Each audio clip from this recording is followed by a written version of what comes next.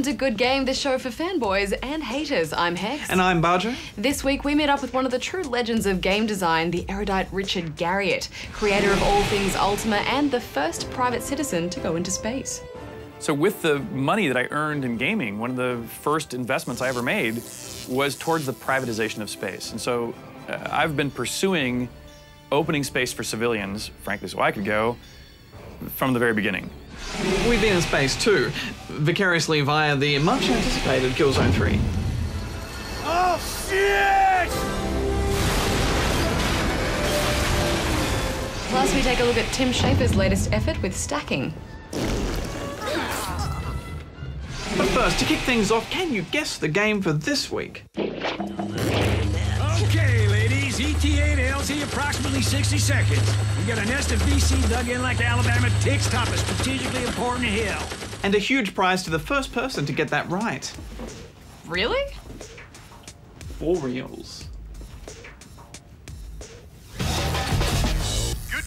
A new survey has revealed that there has been a decline in the number of jobs in the Australian games industry. In 2008, there were over 2,000 full-time developers, but now that number has shrunk to less than 1,000. The study's creator, Justin Brow, has admitted the numbers are not 100% accurate, but are indicative of where we are at as an industry today. A job listing for Blizzard has revealed plans to bring the Diablo series to consoles. The listing specified it was for a role on the Diablo team and stated applicants must have shipped at least one AAA console title in the senior producer role. Blizzard have stressed this is not an announcement of Diablo 3 for consoles. While other studios have ported StarCraft and Warcraft 2, Blizzard itself has not released a game on a console since Justice League Task Force in 1995. Ah, the 90s. Double Fine, the developers of Psychonauts, Costume Quest and Brutal Legend, have a reputation for developing game concepts that are a little bit left of center and full of humor. Their latest game, Stacking, it fits these sensibilities down to a T, I think. The game follows the adventures of a family of Matryoshka chimney sweeps, little Russian nesting dolls that when split open have other dolls inside them. When most of the Blackmore family is kidnapped by the evil Baron, a proponent of child labour, Charlie, the youngest and smallest of the family, must rush to the rescue. The Matryoshka concept, being able to stack one doll inside another, is central to everything in this game.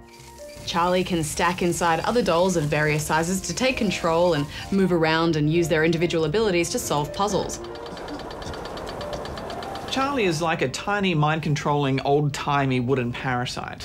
Yeah, and he zips around super fast too. When I first loaded up the game and I was playing as Charlie, I just thought the controls were really sensitive, but then I realized that as you go through the game and you stack up multiple dolls on top of each other, then you'll start to move more slowly. Some of the earlier puzzles too require you to use only one doll, but as you move through the game, then you'll have to use multiple dolls so that you can utilize all of their individual abilities. Some doll abilities appear innocuous, but the gameplay mainly comes down to working out a situation in which a skill like jazz hands or toilet scrubbing actually comes in quite handy. If you do have a hard time with any of the puzzles, there's a pretty handy timed hint system that can help you out.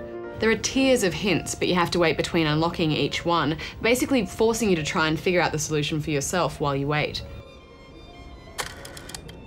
There's not a great deal of challenge in finishing this game. Each of the puzzles have multiple solutions.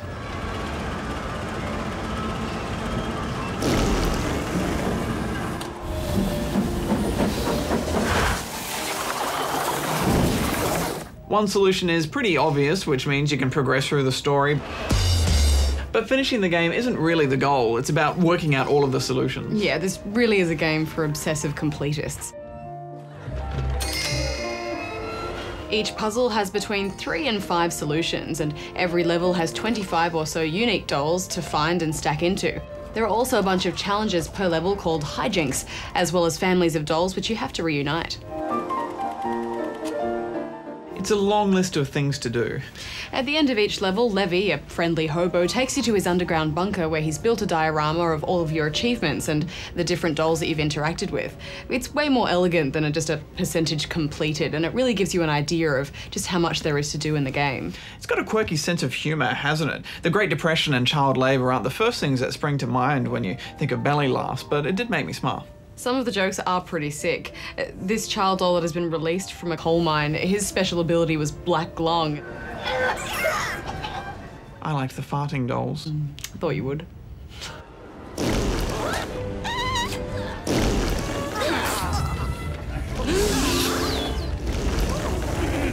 I'm really keen on the art style of this game. Everything's presented like a silent movie, and it really suits the charming aesthetic of the game. Although I did find some of those text blocks a little bit frustrating because you couldn't sort of skip through them. You had to wait for them to cycle through on their own, and well, some of us are faster readers than others. Charming is the word, I think, Hex. It's hard not to like this game. Final thoughts? Honestly, there's very little I don't like about this game. I think the central concept of stacking is really clever, and it's got charm by the bucket load. I personally think it's Double Fine's best game since Psychonauts, so I'm giving it 9 out of 10 rubber chickens. There's a lot to complete, but I didn't have any trouble working out the solutions, so I think it is a bit too easy. I loved it though. I'm giving it 8 out of 10 rubber chickens. Okay, question time. What have we got this week, Hex? All right, how about we go with this one from Scruffy in Victoria. Scruffy was sad. You got that? I've got that book. It's my favourite book as a kid. I don't care. Hey guys, why did Left 4 Dead 2 get censored when Dead Space 2 is gorier than its uncensored version? Well, Scruffy, that's an interesting question, and it comes down to one word: impact. The detail and level of gore isn't so much the problem, it's the impact of it. And one of the key sticking points with Left 4 Dead 2 for the classification board was that the violence was high impact, which according to their guidelines means you need to be 18 to play it. And given that we don't have an R18 rating, it was refused classification and then censored. But the real question here is, what makes the violence and gore high impact? Yeah, and Left 4 Dead 2 had a few things that stacked against it. First of all, impact is higher in first person than third, because with third person, you're removed a step from the actions. But in first, it's right in your face, and it's you doing the killing. Yeah, and then there's the melee weapons, which are also a step up on the impact scale compared to guns. And Left 4 Dead 2 has a heap of them, from axes, katanas, cricket bats, chainsaws, and those zombies get right up in your face, and there's lots of them, so when things get hectic, there's decapitations and guts and blood spraying all over the place, but, well, not in our version. Whereas Dead Space focuses more on guns, which keeps you at a bit of a distance, reducing the impact. Mostly. That's why Left 4 Dead 1 wasn't censored. No melee weapons, no problems, apparently. But Hex, you said they're zombies, and they're not. They're the infected. And that was actually part of the problem, since the violence was on living humans infected with a rabies-like virus. So if they've just been dead humans who came back to life as zombies, it might have been okay. Reloading. But because they're alive and just have some new strain of gnarly flu, blowing their heads off is less acceptable, I guess? Correct. But chances are it still would have been banned. Here's the classification board's conclusion. The frequent and intense depictions of violence, coupled with the graphic depictions of blood and gore, combine to create a playing impact which is high. The report did say that it wasn't a unanimous decision to refuse classification. A minority on the board thought that it should be rated MA15 since the violence was arguably not high impact, but merely strong in playing impact, although the majority obviously voted to refuse classification. Oh my God, you hate stuff too? Sure. Okay, Hex, moving on. Actually, I think with that we're now out of time. So Out of time. sorry, if you've got a question, then why not send it in here? There is no time left.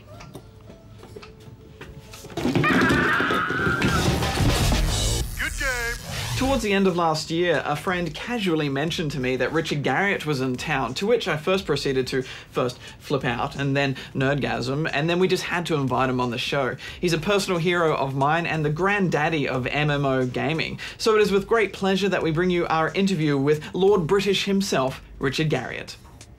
And he's been in space. I'd like to start with where it all began. Can you tell us about your early experiments in game design? Well, you know, I had the great good fortune to be born at the right place at the right time. And what I mean by that is, you know, not only did I have this unusual pair of parents, an astronaut and an artist, which inspires you into high-tech art, which in my mind, the quintessential high-tech art is computer games. But also I was at the right time in that my second year of high school, the Apple II computer, the first personal computer, was released. And so I immediately became, you know, fascinated with this device. I began to write very simple little computer games that were emulations of the paper gaming I was doing, Dungeons and Dragons. You used to sell them out of a Ziploc bag, right? Well, you know, when I began, there really wasn't a computer game industry to speak of. So I self-published, you know, a state-of-the-art, you might say, game in my own Ziploc bags and Xerox cover sheets. I never thought of it as a job. I never created a game intending for it to be sold. And one of those first dozen or so found its way to California to one of the first publishers who called me on the phone, asked me if they could distribute it nationally. They put it in a bigger Ziploc bag, a color Xerox sheet, raised the price from 20 bucks to 35 bucks. And so that was a Calibeth, which was, again, never meant to be published, but sold about 35,000 copies in that Ziploc bag. And if you do that math, my royalties was about $5 a unit, so 30,000 times 5 is about $150,000 for something that took me about 6 weeks worth of my after-school time in high school. And so clearly that was a good idea, you might say. But immediately I said, wow, you know, if I actually write a game intending for people to ever play it, I bet I could do a much better game. And that's what started the first Ultima. I, Lord British, welcome you to the worlds of Ultima. When you look back at the Ultima series, what is it that you're most proud of? The Ultima series, I think, made some very interesting, advancements during its growth cycle. Ultima 2 was the first game ever in a box. It was also the first time any game ever included things in the box, like a cloth map or fictional instruction manuals and things of this nature.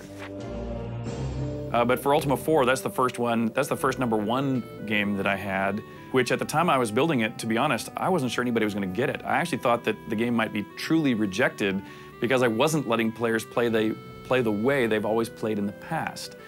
Instead of killing everything they saw, they actually had to be nice, a lot of the time, in fact. So I was very pleasantly surprised when, in fact, it did so well. Ultima 7 for me is the most complete Ultima. The virtual world was simulated in a way that fit my dream of the way the world should be. And then, of course, it's not hard to put Ultima Online on that list just because that was a work of passion that me and the team believed that the time was ripe with the emergence of the internet. This was the moment this was going to work. But the sales projections for Ultima Online from our publisher was no more than 30,000 units lifetime, which doesn't generate enough sales to cover any development budget.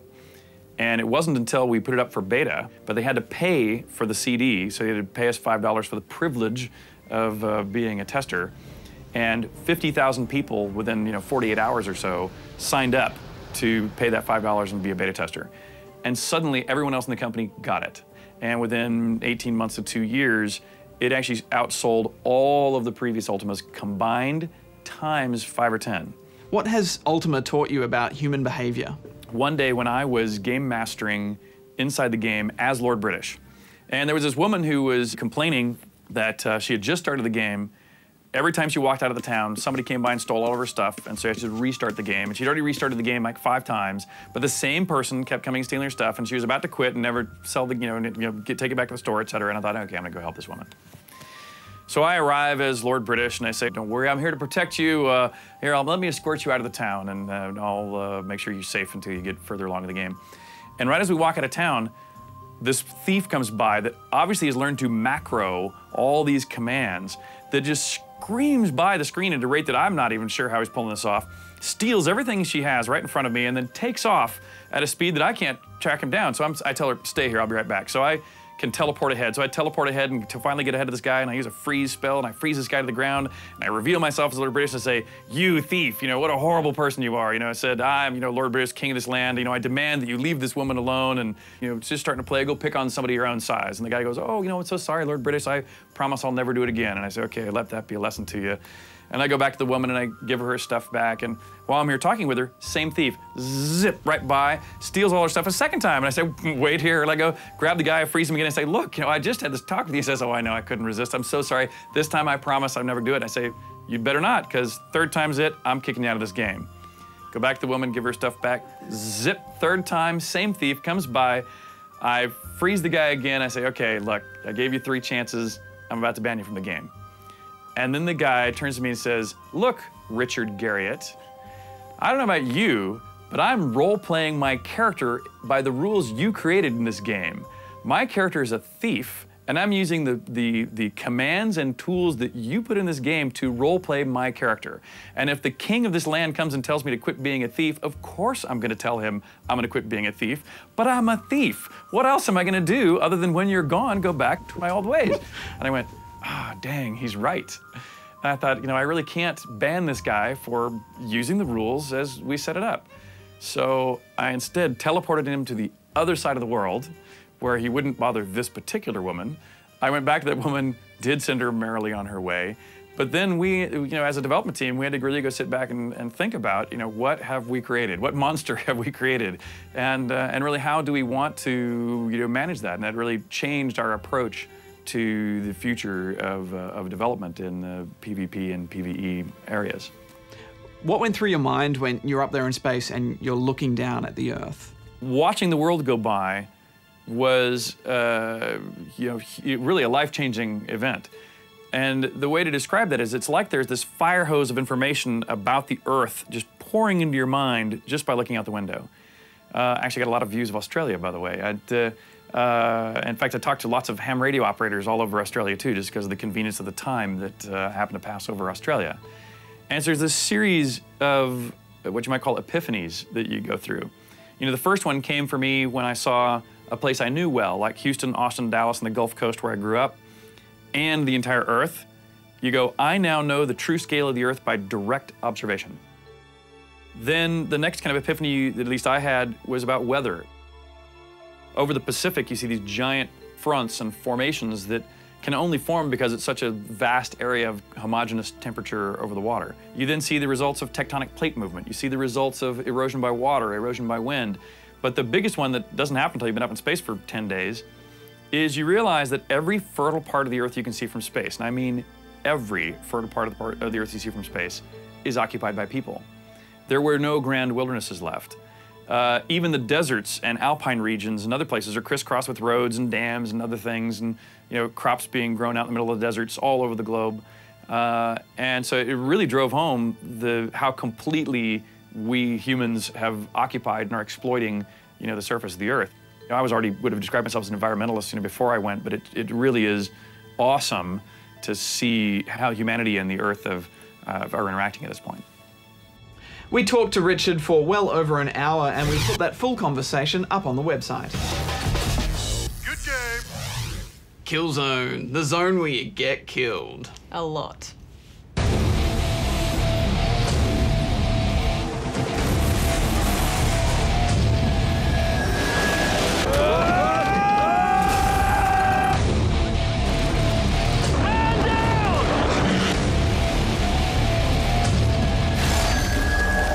There's a lot to talk about with Killzone 3. There's PlayStation Move, 3D TV, co-op, and class-based multiplayer, but I think we'll start with the story, which is definitely the weakest part of the game, and it's fun to rant about.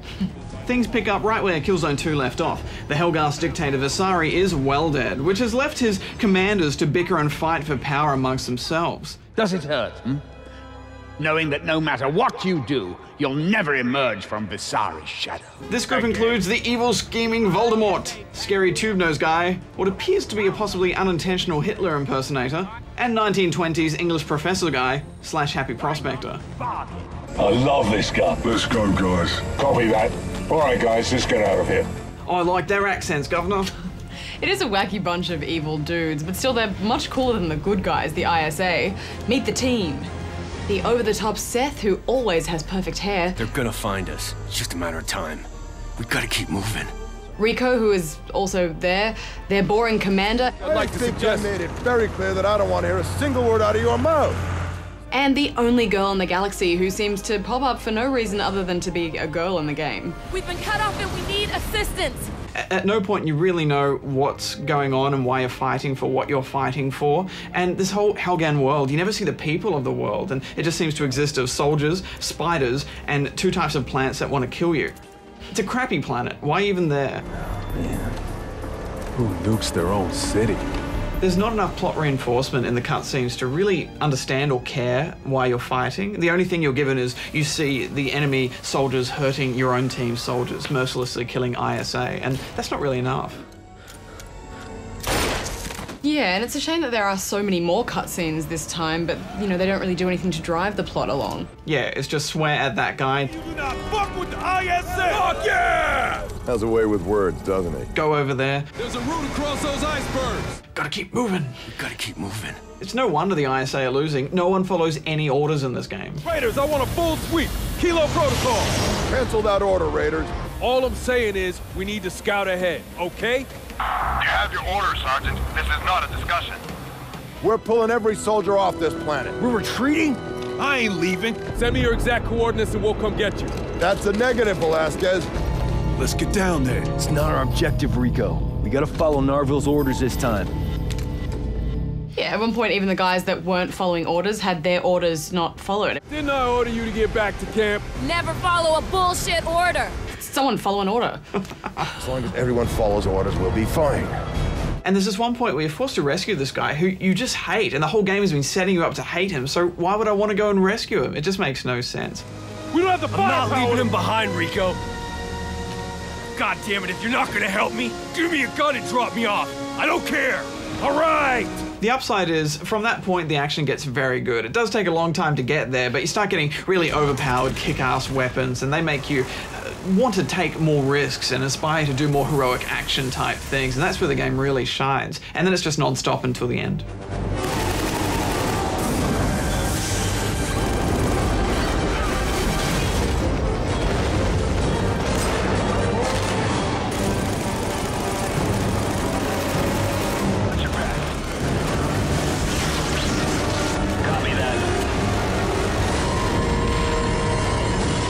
This game has a really good cover system. I mean, it's adaptive and it rarely lets you down.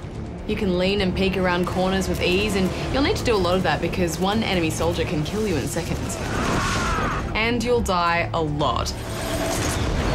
I'm coming for you! It's great to have challenge bar, Joe, but this game is arguably more fun on easy. And especially towards the end, just like the previous game, it's so death heavy in those last few levels. And if you push too fast, you'll be flanked and smashed before you can even work out where the enemy was.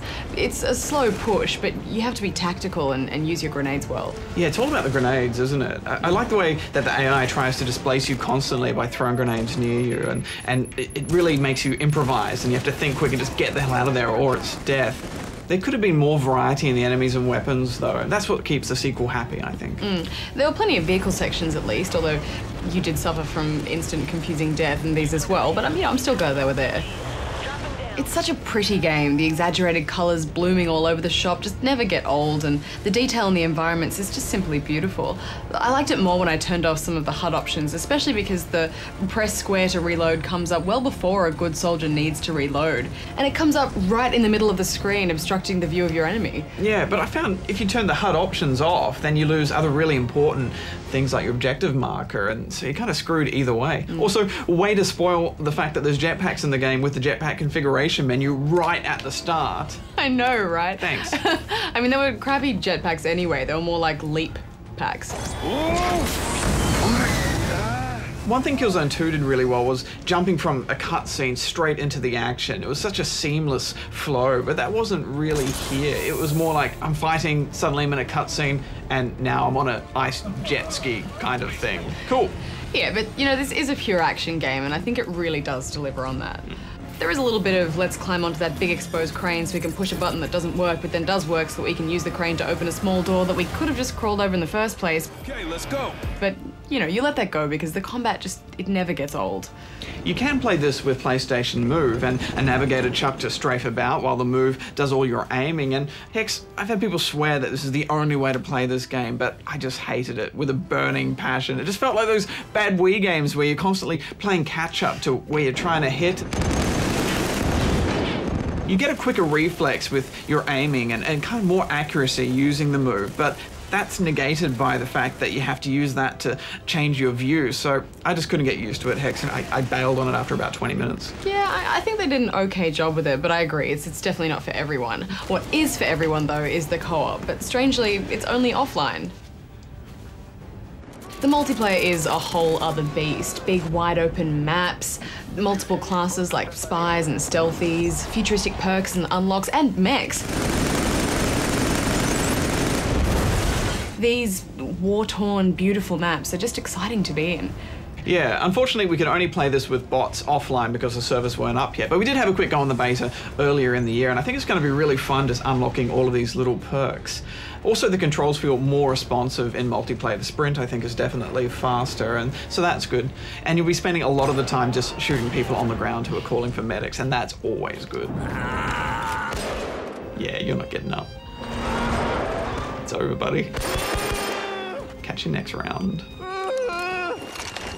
You can also play this game in 3D, and we spent quite a lot of time trying to finesse all of the settings to get it to look good and work, but we just couldn't get there. We'd always have a bit of ghosting or double up, even though we'd be seeing things in 3D, and the 3D cutscenes looked really good. I have seen it working in 3D really well, so it may have just been our setup. I think all in all, this game really delivers when it's got those big epic battles with heaps going on and lots of your troops in the fight. That's when it truly shines, you know, when you have those big wide-eyed moments. But I think that the story needs to be a little bit better written for it to be more enjoyable. But, you know, this is still solid entertainment, so I'm giving it 8 out of 10 rubber chickens. I think what I like most about Killzone is the feel of the weapons. You know, they all have a good weight to them, so when you're getting in and out of cover and trying to throw grenades, it's a very stressful, complicated procedure, and I like that. It's a good type of stress. On the other hand, though, the controls here feel a bit laggy when compared to other console FPS games, and that takes a while to get used to. And really, it is a big game of small pluses and small minuses, but overall, I still had a good time, so I'm giving it 8.5 out of 10 rubber chickens. If I'm going down, I'm gonna make sure these bastards remember my fucking name. Good game. So did you guess the game for this week? It was Shell Shock Nam 67. Killzone developer Guerrilla Games' first ever game. Released in 2004 for PC, PS2 and Xbox, it was a below average third-person shooter featuring dim-witted AI and ugly graphics, and yet it managed to sell almost 1 million copies. So, what's the prize? Well, it's a game, of course. Yeah. And, just how are you going to tell who guessed the game first? Oh, tweet stream, obviously. We currently have 4 different time zones in Australia. That's hardly fair. Barger, this is a game for the 3DO. I don't think anyone even has a working 3DO anymore. And this isn't even the full game. It's just a demo that was released free with a magazine back in 1994. This is a lame-ass prize, Barjo. No one's even going to want this, even if you can work out who guessed the game first. It's an awesome prize. Well, let's change it. Whoever comes up with the best case as to why they deserve this game. You mean demo? It's a demo. And you can do that on the forums or on our Facebook page. And if that wasn't enough, as if that wasn't enough, we'll also throw in this excellent Good Game t-shirt and the very official Good Game chicken. Ah, yes, the coveted Good Game chicken. Everyone in the office has one.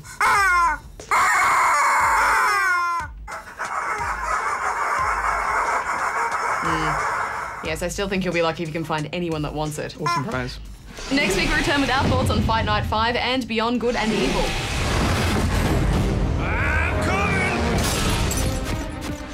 And over on Spawn Point this coming weekend, we take another look at Minecraft. It's now gone into beta, and we'll be giving the young'uns some tips on how to get started in the game. Till then, Hex out. Barjo out. Let me have a look at this. Barjo, I think you've got this all wrong. The box says Escape from Monster Manor, but the disc inside says Space Ace Playable Demo, and then there's a disc missing. Basically, you're giving away a box without the game in it. This is officially the worst prize ever. It's the best worst prize ever.